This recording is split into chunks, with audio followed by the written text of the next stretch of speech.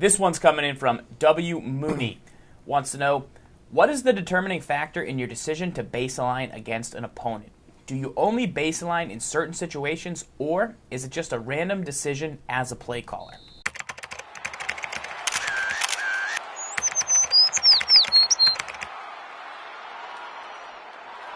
Baseline in Madden 25, what it does is sets up your defense for success. And I'm going to call a play like flip trips here because I think it really shows off what baselining does for your offense. So the play halfback wheel here, it's one of my favorites because of alignment issues.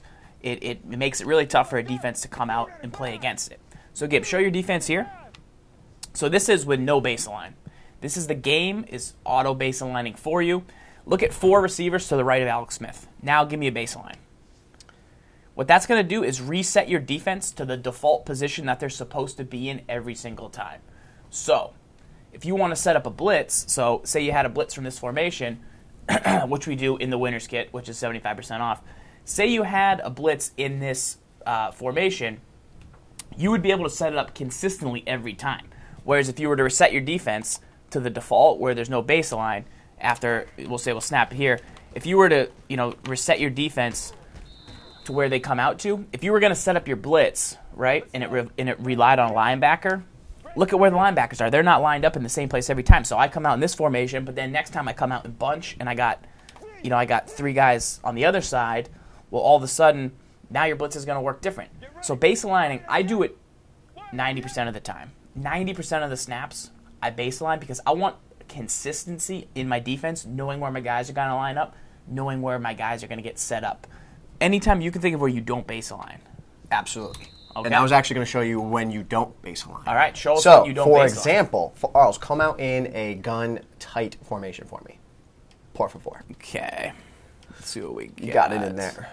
Gun-tight flex. Now, say I come out in that same play, right? Zone blitz. Now, here you can see a difference when you baseline. So if I were to baseline here, you're going to notice that my defenders go out wide. I might like that if I'm playing spread set. A spread, or even if I'm playing zone here, I might like that. But what ends up happening if you're in a man-to-man situation, so if I'm in a man blitz like this, and I use a baseline, look how far outside those defenders are. Now that could be good for certain things.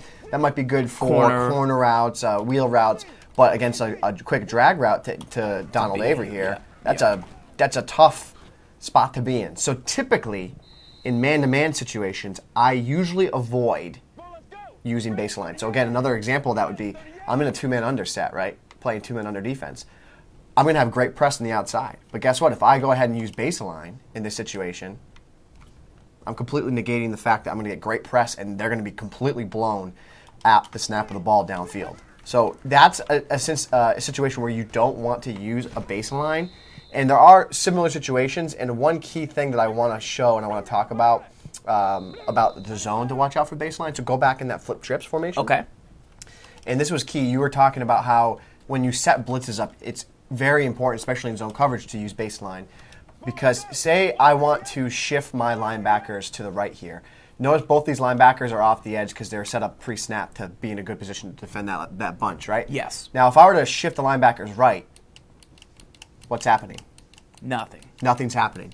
So I lose the ability to move them without if I'm not using baseline. I can't shift them where I need them to go to do a blitz. So what I would have to do here is I'd have to manually drag Smith, get him off this edge, and then blitz him, right? So run the play.